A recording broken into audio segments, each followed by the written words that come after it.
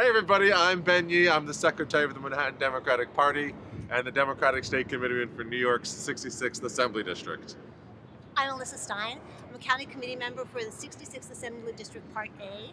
I'm secretary for that part, and we want to welcome our cameraman, Oliver. Brand new. Not just us filming on my phone, balanced on yoga blocks. Right now we have an official sound system, a real camera, and we're gonna look professional and polished. Maybe. I mean, that's sort of up to Well, us. actually, not that we don't always, but this is a whole new level. And taking it to the Real next Politics, level. the TV Other show. people now care enough to be involved in helping Yes, us. thank you, That's Oliver. great. Thank you very much. So last time we ended on a cliffhanger. Oh yeah. We were talking about some things that we're going to talk about today. What we wanted to do was recap Tom Perez and the work that he said that he was going to do from the Right. very bottom on up. For Right. So last time we had were sort gonna of talk about recapped that. the elections that had happened just 2 weeks ago. They were talking about what is the DNC doing? Why does the DNC do the things that it does? Right, And so what can we we'll talk about expect that. from them? And then the other thing we were going to talk about is what can we do Yeah. to make a constructive difference in 2018. Oh baby, it's coming up. It's coming up fast. But since that last time that we spoke, Yes. there were some very, very local things happening that we wanted to do a recap on. Yeah. So that local thing for all you county committee members out there is that the district leaders had a meeting. Right. It was an executive board meeting last week. And one of the things that was on their agenda was talking about the rules committee. And Yes. for those of you who were at that Manhattan-wide, gigantic, crazy meeting in September, Yes. where there was that whole brouhaha about the rules committee and the rules and reconvening, this is actually the first time that you guys have met since that meeting. Correct. So essentially, the Manhattan Democratic Party, because so many new folks were elected, and there was some contention about how the rules were operating before this last election, is now in a process of rewriting all of its rules. And so That at whole mishbucha, the whole thing, yes, because it was a long document. I could not. it's get several through all of it. pages long. Yeah. But so at the county committee meeting in September, there were a couple of amendments put forward to the rules. Right. They were not accepted. There was a lot of calls for well, the process wasn't clear. So we're all going through the process now, and the first step was to have the executive board, the district leaders, convene and approve the new rules committee. So So we had a fantastic meeting. Honestly, I have to say, for all of the talk of people, it's always about the establishment versus the grassroots or what have you. I've seen that be really true. And then at this last meeting, there was a lot of vigorous debate, but in the end, I'm actually pretty proud that the Democratic Party of Manhattan, at least, managed to come to a compromise in which all parties were satisfied. So this, it doesn't happen every day. Okay, so and that's certainly not at every great. level. So this is really interesting to me. So in our little 66 Part A, Yes. our district leader put together a proposition that for the rules committee, there'd be somebody from each assembly district Right. to make sure that all of Manhattan was represented Yes. on the rules committee. Correct. And she was trying to drum up support, and I heard afterwards that people were really pretty receptive to that idea. Yes. So, Ben, Yeah. what happened? Is that how it's working? How is Yes. the rules committee being set up, and what are the next steps? So as I mentioned, there's about an hour of debate about all of this, but essentially what ended up coming out was a decision that the Rules Committee would be constituted by one representative from every assembly district. That person would be recommended by the district leaders, who are elected by the Democratic voters in that area. They would recommend a member of their community to the Rules Committee. The chair of the Rules Committee would then be responsible for making the final decision as to whether that person would be included on the panel. If not, then I guess the district leaders can recommend another Question. individual. Well, hold on, there's a bunch of things that got passed, so hold that question for a second. It might be answered in a moment. Those recommendations are due by Thanksgiving. The district leaders will also have the opportunity to recommend topics in the rules for the committee to address. Two are already brought up: compliance with campaign finance rules and notification requirements for the county committee.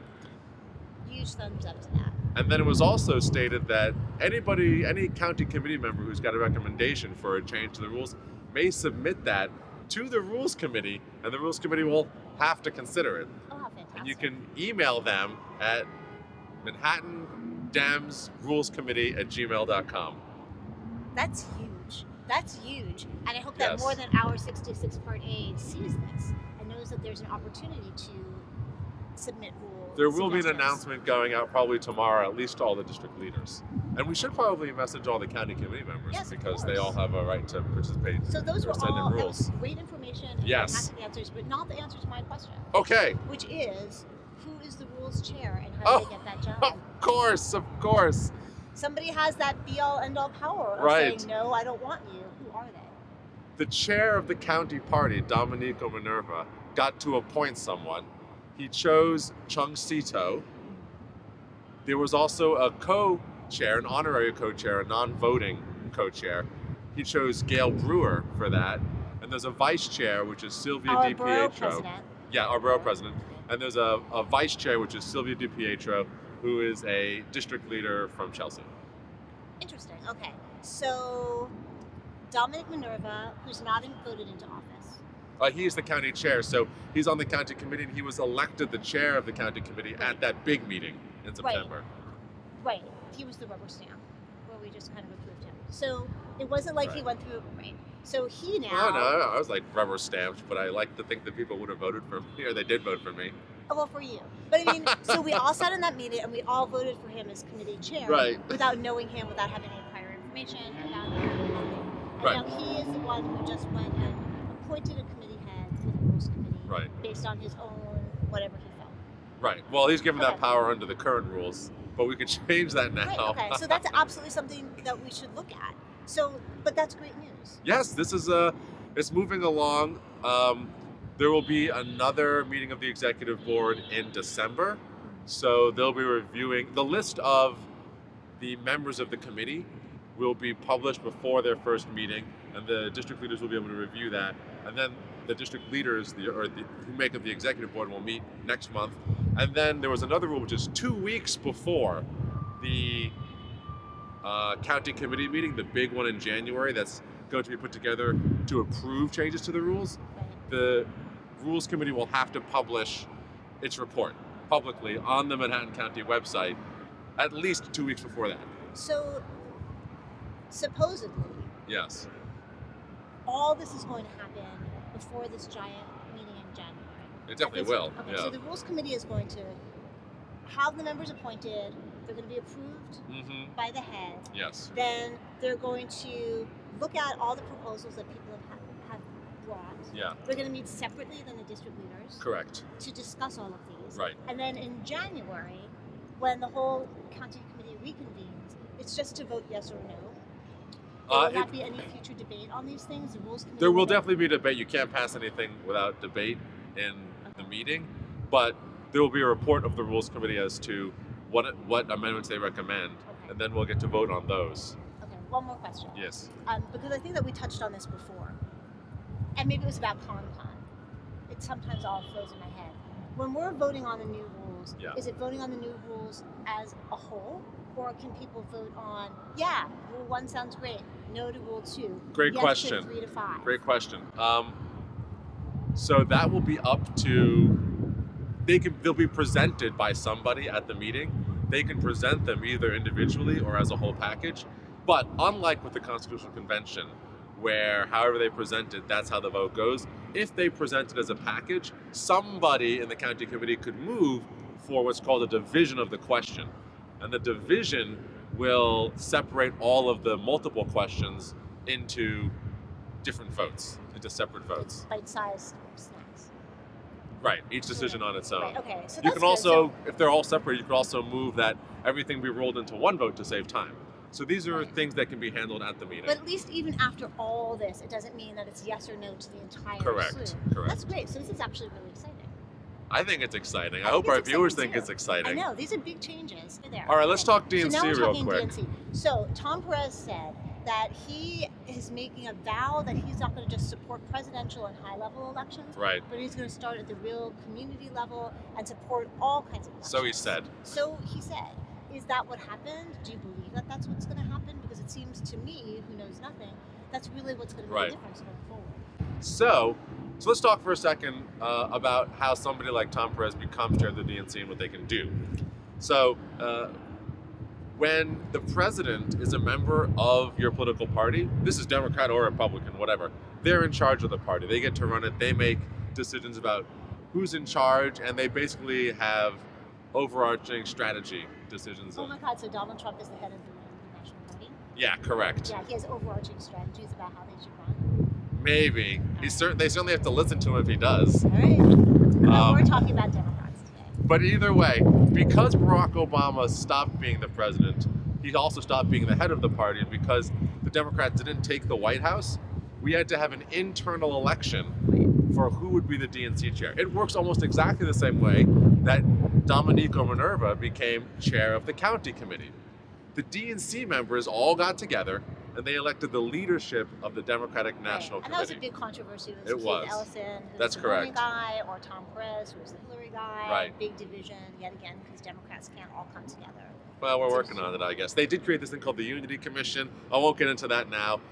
Anyway, so Tom Perez was elected by a majority of the DNC. Keith Ellison was elected And then he made him the vice number two. vice chair, which was a position they invented just for that.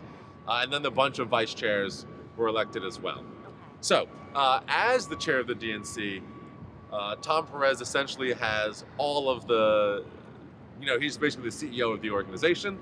He gets to make spending calls for the most part, but he is responsive, in theory, to the DNC membership.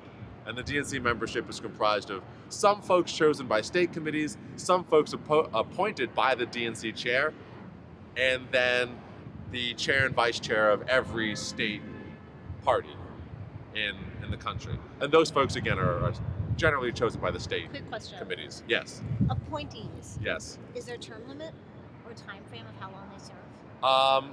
DNC elections are, I'm pretty sure they're every 2 years, but I can check on that before next time and see if I'm wrong about that. But I'm pretty sure they're 2 years. But it's something yes. viewers at home can Google. You can certainly Google that. Okay. So, Tom Perez comes in. Obviously, the party's trying to figure out what it's going to do. There was a big push to go back to what's called the 50-state strategy, which is something Howard Dean did, which was the idea that we're going to raise money at the DNC level and basically give money to the state parties to organize in every single state and contest everywhere. I'll be honest, New York State's blue, even though we have the IDC and we've got a bunch of Republican Congress members. I'm on the state committee. I haven't really heard much, and by that I mean anything, about what the DNC's given us. We have a vice chair who hails from the Bronx named Michael Blake. He's a great guy. I've spoken to him, but I still haven't gotten really a firm answer on what the DNC is planning to do here and what resources we'll get, nor about places in other parts of the country. So this 50 states thing is kind of a new old initiative, but it's a change up from the way it's a revamping of an old initiative. But what I will say is recently the New York State Party, in conjunction with the DCCC, Democratic Congressional Campaign Committee, launched an undertaking to flip Republican congressional seats in New York with the backing of the DNC. So whether that's the entirety of what the national level of the party is planning to do here, I couldn't say. But what I can say is the DNC is having a fundraiser. Tom Perez will be there. I'm going. I'm going to pose all of these questions to him. So now that we know how Tom Perez was chosen as the head of the DNC, and as a state committee member, I'll be getting to vote on who our DNC members are. I'm going to question him and make sure that our representatives to the DNC know at least how this district feels about Tom Perez's plans and commitments going forward. So we're going to have more on that next time. So that's great. So now we've covered the Tom Perez part. And quickly, and this is going to have to be an episode for a whole conversation another time, but after last week's elections, which were really heartening because Democrats won. They did. And in places, Democrats won where it was unexpected. And it seems like whether it was anti-Trump or they liked the candidate better, or for whatever reason, it was so nice to see Democrats winning races. Indeed. And it made me, in particular, but also lots of people I spoke to, realize that that's at least one answer is flipping elections, turning seats back to blue, or Right. making seats blue. What can we do? Because 2018 is in a month and a half, and elections will be happening before you know it. That's so true. So what is it that people who want to do something Yeah. can do to help with the 2018 elections? The first thing to do is look into your congressional races where you live and investigate who's running in those primaries. Primaries are so important. Oftentimes, national leadership will come in and try to determine who should win the primary.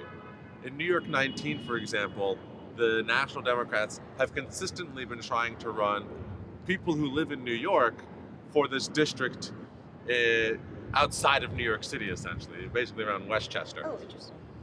Or really it's like north, it's Hudson Valley. And that has not been a particularly good strategy. They are looking for people who can raise a lot of money so that the party doesn't have to raise a lot of money or spend a lot of money on them. And they want people who are financially viable, but people with great networks to bankers and lawyers in the city don't necessarily have the grassroots support of people in that district. So, being involved in primaries where you live helps us find the best candidates that the people there actually want to vote for. Being engaged now allows you to make sure those candidates have a winning chance, even if somebody who's got a lot of money decides to come in and say, well, my personal preference is this random individual who might not be a great representative of the community. Okay, so that is a great stepping off point. And one more question for today, but this is a conversation that's going to continue. So Absolutely. for people who live in the West Village, Right. where we're pretty happy with much of the leadership that we have, Yes. what do we do? Because it's not like we're looking for people in the primaries who are Democrats who are going to shake things up, because we have Democrats. That's true. So what can we do? Where do we go to help? So for folks in the West Village, and honestly anywhere in the United States where you don't think you're going to have a competitive election where you are, look to your state elections, right? Even if the nearest congressional race to you, which is important, even if the nearest contested congressional race is miles and miles away or in another state, state elections this year will be critical. Every state except for Virginia and New Jersey, which has state elections this year, is having a state election, and every state election this year will be selecting a governor who will have veto power over redistricting lines drawn in 2020. Got it. Primaries in state elections this year and general elections are absolutely critical to creating the balance between Democrats and Republicans that lead to fair lines of districts. Whenever one party has too much power, they tend to gerrymander the lines. The Republicans have been the most egregious line drawing in the last couple of years, the last decade, honestly. Right. And it's been absolutely terrible for our democracy. Making sure that there aren't supermajorities of Republicans in North Carolina, Utah, anywhere in the country is Right. really important. And honestly, in New York State, we have some of the worst redistricting rules We do. in the country. They're written right into the Constitution. We need to do something about that. We also State elections. that, but also statewide, the Independent Democratic Conference. Yes. They're all up for election next year. Right. And so that's a major thing as well, making sure that either there are primaries. Well, that all for comes down people- again to the primary elections So- in your state. Anybody who's working on the IDC, has read about the IDC, that's a way that you can really constructively focus time and energy to change things in New York State so that we can have, what did you call it? Like the triple? Oh, the Assembly and the Senate and the governor? yeah. Or when all three are Democrat in New York, perhaps some legislation will change. Now I've forgotten what it is. But if you watch the last video, you'll find out. Yeah, right. Then Okay. I'll have to go back and watch myself. See, we learn from ourselves. Okay, I think we're done for today. Sweet. Oliver, thank you so much. Thank you very much. And we'll see you next time. Laters.